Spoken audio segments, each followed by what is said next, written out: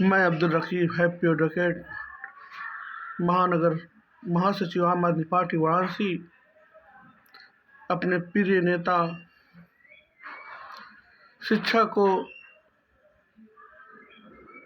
एक ऐसे स्तर पर जिसने पहुंचा दिया कि शिक्षा जगत में गरीबों के बच्चों को भी वही शिक्षा देने का काम किया जो अमीरों के बच्चों को मिलती थी। जिस शख्स का नाम मनीष सिसोदिया, जो दिल्ली सरकार के उप मुख्यमंत्री है, जिस तरह सीबीआई ने उन्हें हिरासत में लिया है, जिसकी घोर निंदा किया जाता है। साथियों, मोदी और अमित शाह की सरकार लगातार अपने पक्षियों का जिस तरह से दमन कर रही है, ये किसी से छिपा नहीं है। तानाशाही की उस पराकाष्ठा पर पहुंच चुकी है सरकार। अपने विरुद्ध उठने वाली हर आवाज़ को ये दबा देना चाहती है। आज दिल्ली में जिस तरह से मनीष सिसोदिया जी ने शिक्षा के जगत में क्रांति ला दिया, उन्होंने सरकारी स्कूलों को विश्व लेवल के स्कूल बना दिया कि अमेरिका के प्रधानमंत्री उस वक्त के बिल क्लिंटन की पत्नी को भारत जब दौरे पे आई तो उन्हें सरकारी स्कूल को देखना पड़ा और उसकी सराहना की। उस व्यक्ति के खिलाफ जो आरोप लगाया गया है वह बहुत ही निंदनीय है, क्योंकि इसके पहले भी सीबीआई ने उनके घरों पे, उनके बैंक लाखों पे, उनके सरकारी दफ्तरों पे खंगाल मारा था, जहां से कुछ भी संदिग्ध नहीं मिला था। लेकिन उसके बावजूद भी सरकार द्वारा सीबीआई द्वारा यह भ्रामक बात कह के कि उन्होंने दस्तावेज से छेड़छाड़ की है, उनको जो हिरासत में लिया गया है, जिसकी जितनी भी निंदा की जाए कम है। मोदी जी, ये देश संविधान से चलता है, न कि आपकी तानाशाही से चलेगा। लगातार देख रहे हैं कि जो भी आपके खिलाफ मुंह खोलने का काम करता है, आप उसके खिलाफ सीबीआई, ईडी का इस्तेमाल करते हैं। ये सरकारी एजेंसियां की स्थापना अपराधियों को पकड़ने के लिए की गई थी, न कि अपने राजनीतिक विरोधियों को दबाने के लिए की गई। जिस तरह से जब चुनाव का दौर आता है, अब ईडी और सीबीआई को अपने पक्षों के पीछे लगा देते हैं। मोदी जी, अगर आपको सिर्फ प्रधानमंत्री बने रहना है तो मत मानिए बंद कर दिए इलेक्शन कराना, बंद कर दिए लोकतंत्र का नाटक करना कि ढोंग जो आप रचते हैं। अब अपने को तानाशाही घोषित करके इस देश की सत्ता अपने हाथ में ले ले। लेकिन अगर लोकतंत्र का नाम लेंगे, यह देश बाबा साहब भीमराव अम्बेडकर के संविधान से चलेगा, ना कि किसी की तानाशाही से।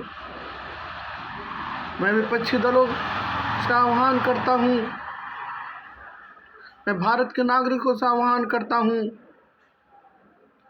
वो भारत के संविधान की रक्षा करने के लिए आगे आए, क्योंकि भारत का संविधान ही हमें जो आज़ादी उसके द्वारा हमें दी गई है, ये सरकार उसको छीनना चाहती है, उसको दबाना चाहती है। मनीष सिसोदिया जी की गिरफ्तारी इस सरकार के पतन का कारण बनेगी। जिस तरह से लगातार आप इस तरह का कार्य कर रहे हैं, दिल्ली की सरकार जिस तरह से लोगों की मूलभूत सुविधाओं को ध्यान में रखते हुए कार्य कर रही थी, अब उस सरकार को बार बार डिस्टर्ब करने का काम किया है। एमसीडी के चुनाव में जिस तरह आपके पार्षदों ने गुंडागर्दी की, महिला मेयर पे हमला किया, वो काफ़ी शर्मनाक है, जो भारतीय इतिहास में काले अक्षरों से लिखा जाएगा। मोदी जी, आप लोकतंत्र की हत्या करना चाहते हैं, अभी भी वक्त है। देश में लोकतंत्र को कायम रहने दीजिए, अपने विरोधियों को अपने कार्यों से शिकस्त दीजिए, न कि ईडी और सीबीआई के जरिए। अगर आप सच्चे रूप में भारतीय हैं, अगर आपको राष्ट्र प्रेम है, अगर इस देश को आप विकसित बनाना चाहते हैं, तो अपने कामों से जनता के दिलों को जीतिए, न कि इन घिनौने कामों से। लेकिन आपने आज देश को कहाँ खड़ा कर दिया है? आपने देश की संपत्तियों को अडानी के हाथों में गिरवी रख दिया है। आप जो देश की संपत्तियों को बेचने का काम कर रहे हैं, आने वाले चुनाव में देश की जनता आपको माफ नहीं करेगी। अभी भी वक्त है, आप देश की संपत्तियों को बेचना रोक दें, क्योंकि हमारे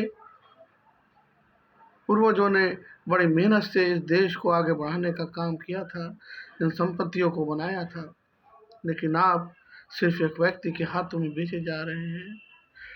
आपका क्या रिश्ता है अडानी से, ये आप ही बता सकते हैं। जिस तरह से उनके घोटालों की परत दर परत खुली है,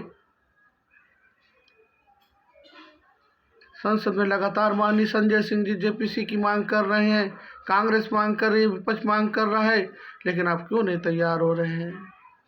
आपसे क्या रिश्ता है कि जो आप अडानी को बार बार क्लीन चिट देना चाहते हैं, जबकि अडानी का जो घोटाला है वो इस देश का सबसे बड़े घोटालों में से एक घोटाला है। आप उसी को छिपाने के लिए आम आदमी पार्टी के मनीष सिसोदिया जी को सीबीआई के द्वारा प्रताड़ित कर गिरफ्तार करने का कार्य किया है कि देश की जनता इस प्रकरण को भूल के इसको याद करे। लेकिन देश की जनता भूलने वाली नहीं है जब तक अडानी की क्रियाकलापों का पर्दाफाश नहीं होगा, क्योंकि आप जानते हैं कि अगर अडानी की क्रियाकलापों का पर्दाफाश होगा तो मोदी जी आपके चेहरे से भी पर्दा उठ जाएगा। इसीलिए आप डर रहे हैं जेपीसी की।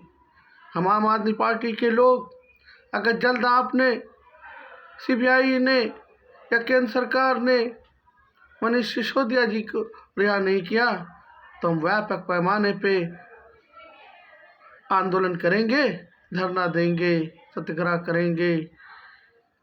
इस सरकार की गैरकानूनी चालों को नाकाम करेंगे, जनता के बीच में जाके इनके अनैतिक कार्यों का पर्दाफाश किया जाएगा।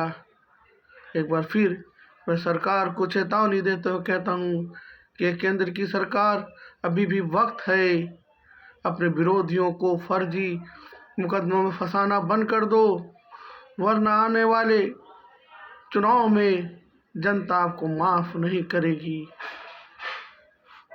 मैं इन्हीं शब्दों के साथ अपनी बातों को विराम कर देता हूँ। जय हिंद, जय भारत।